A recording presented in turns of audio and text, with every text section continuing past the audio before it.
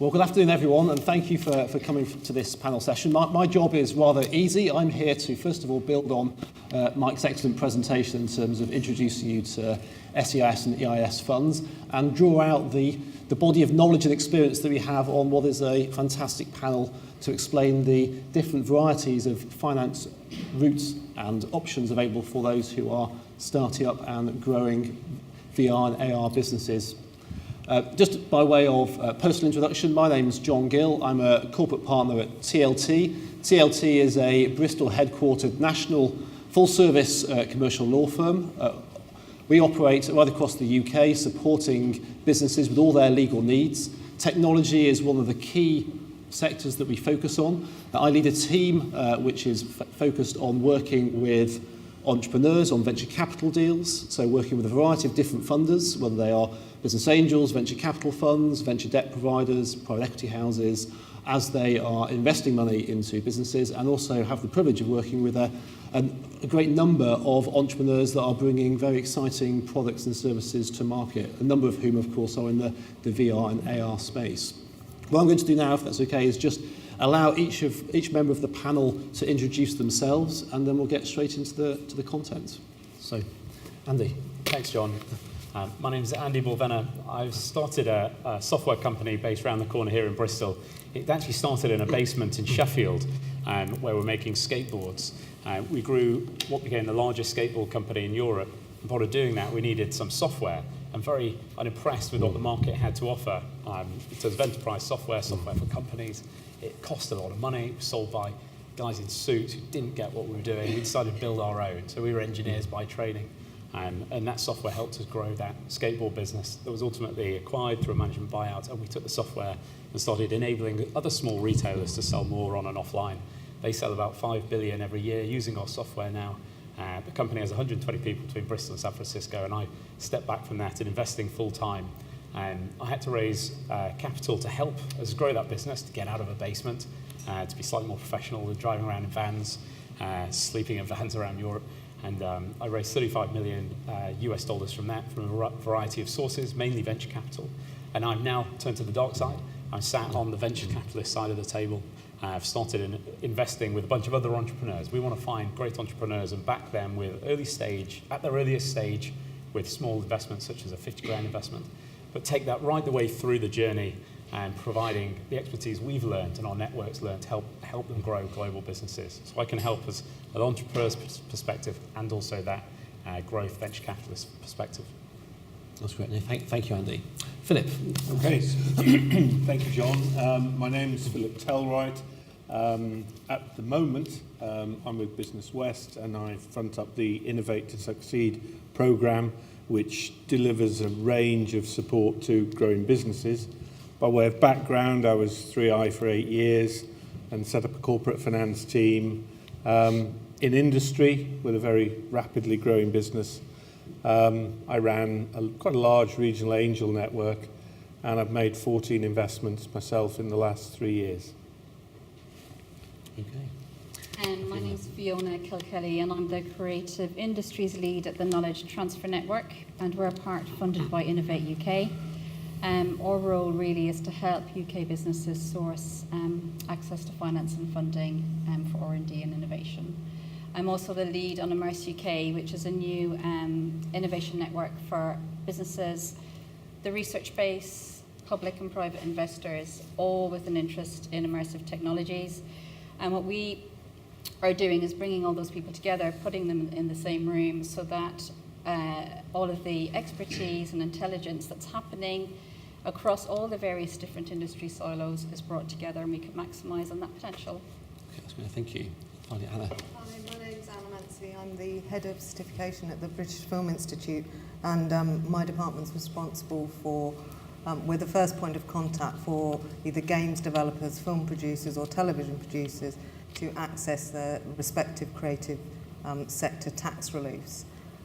So I'm here from the capacity of advising. I can advise people who are making VR games or VR content that might fall into the film or television tax relief, that you are able to access it. Okay, well, thank you. And hopefully you can all see that we have a great breadth of experience in terms of different financing options for this kind of business. Now, in our chat before the panel, we also talked about how we might be able to make this a little bit more interactive, and also, having introduced ourselves, perhaps get the audience to introduce themselves a little bit. Now, I appreciate that won't be possible with all of you, but it would be good to know if you could possibly just raise your hand, just let us know, are you, for example, first of all, an entrepreneur that is developing or growing a VR or AR business at the moment? If you are, please raise your hand. Excellent stuff. No, thank you. Thank you. Well, hopefully this will all be very relevant to you. Any funders in the room, those who are actively deploying money into early stage businesses? Great stuff. So we have a few of those. And any service providers, so a bit like myself as a lawyer, so working for these companies, and other types of service provider as well. Great stuff. Great stuff. Thank you. Well, that will really help us pitch our responses to some of the questions. I'm conscious that we're tight on time, so we'll get straight to it. The first question, of course, and this is the bigger theme for this afternoon session, is what sort of financing options are available out there at the moment. So, and if I could turn to you first of all, you've got very real experience both raising money and now deploying capital. For the entrepreneurs in the room, what sort of options do you think they ought to be looking for? So in our journey, I didn't realise there was anyone to help with this stuff. So we built product and sold it. And part of my philosophy in investing is that you get sales to raise money, not the other way around, because customers are the key determinant of any future business success. So I and we, and good investors, actually look for a real commercial focus in the founding team, but also acknowledge that innovation is what we're investing in. So we're looking for world-class technologists as well. But there needs to be a ratio in there. Perhaps it's not 50-50 in day one, that it's the innovation that leads. But we need to balance that out, the investment in innovation with investment in commercial. So that means basically in the founding team, who do you know that has a good black book or connections into industry that can start? So that's I think the fundamental premise. And then on the panel here, like you said, John, there's a great range. I think we'll all go into. I mean, Philip has a lot more experience than me in the early stage investing. So maybe you can put more flavour on what an angel is. Well, thanks for that one. The problem with angel investing is that they are all individuals, and I think probably there's three things to explain to an angel investor or group of angel investors. The first one, I think you've got to explain what you do. People usually score 5 out of 3 on that one, and they go on for too long and too loudly about what they do, because I suppose they're very proud of it, and rightly so. Then explain how you make money out of it. They probably score 2 out of 3 on that one, or maybe 1.5 out of 3. And perhaps there's bits of their business model, their numbers, that they haven't really thought through. And the final thing to explain, I think, is how the investor makes money out of it. And usually when people come to us off the bat, that's the one that they really haven't thought about very much. So I think Andy's absolutely right. I think when you are dealing with anybody who's going to bring some commercial money with a commercial return, like any negotiation, if you understand the mentality of the people on the other side of the table, you stand a much, much better chance of success, and presenting a balanced portfolio, I think, is critical. Yes. Can I just pick up on the angel investment theme before we move to other members of the panel? Because I think one of the rules of thumb that you hear bandied about in the angel investment world is that angels should invest in businesses that they understand, perhaps they've got some real hand experience of. And of course, we are here today talking about VR and AR, emerging industries where perhaps the commercial models are not fully settled yet. Yes. Is that a challenge, do you think, for entrepreneurs approaching angels who perhaps may not have real hand experience of what is a very new industry? I think that's absolutely right. I think it is an emerging industry. I think investors don't understand it as well as they could. They will be a little bit behind the curve. The people who do know about the market or the industry, I think, are probably already reasonably active. and if you do your homework, you can probably find out who those people are. But it's a tough call for investors at the moment, and it's a bit like trying to herd geese. The critical thing you need is you do need somebody to lead the charge. You've probably heard that all before, but having somebody who can be that non-executive director, somebody who will step up to the plate and with knowledge themselves, be something that other people can follow behind. Investors are like lemmings, really. They take great comfort from other people investing. Yes, good stuff. Okay, well, I'd like to bring Fiona now, if I may, because as we know, it's an emerging industry, and there are a lot of perhaps government-led initiatives in this area to help seed the UK ecosystem and ensure that we are well positioned for the global industry that's becoming. There is, and I think part of the problem is not many people know about what public funding is available, or maybe it doesn't have a very good reputation, and that people think it's hard to access, so the success rates are very low. I think that's one of the first things we're tackling at Immerse UK, is really bringing to the forefront the public funded funding opportunities that are available.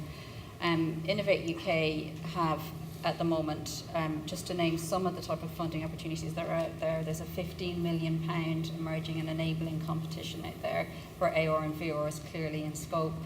There is innovation in rail competition.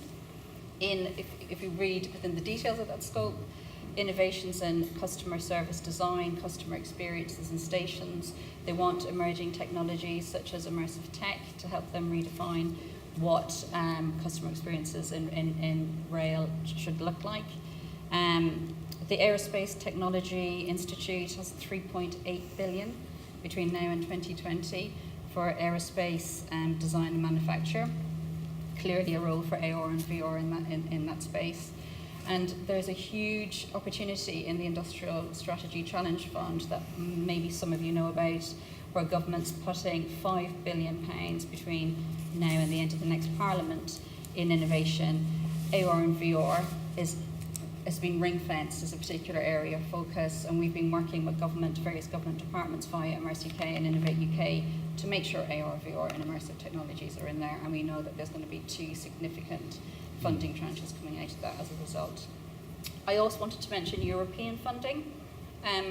It's kind of harder and more difficult, and the B word has messed it all up for a lot of us, but there is a programme being launched at the end of this year, and there's going to be £33 million coming on stream for immersive technology businesses and startups. And all of that will be underwritten by government between now and 2020, so nothing can go wrong. You're safe to go for it. And we'll be doing lots of work to try and promote what those opportunities are to UK businesses. Equally Creative Europe, and Annika mentioned that because the BFI are involved, has lots of opportunities for immersive technologies, particularly in the cultural and more audio-visual spaces. Yes, no, thank you. Thank you. Well, perhaps if we could bring Anna in now as well, in that case. And we've heard about the opportunities for direct investment or grants into companies, but what you were saying to us earlier, there's a world of tax reliefs as well that AR and VR businesses might wish to tap into to ensure capital efficiency. That they in terms of the tax reliefs, we're not looking, it's you apply and you meet the criteria, you can get the money. It just has to be, we have 5 creative sector tax reliefs for film, high-end television, animation television, children's television.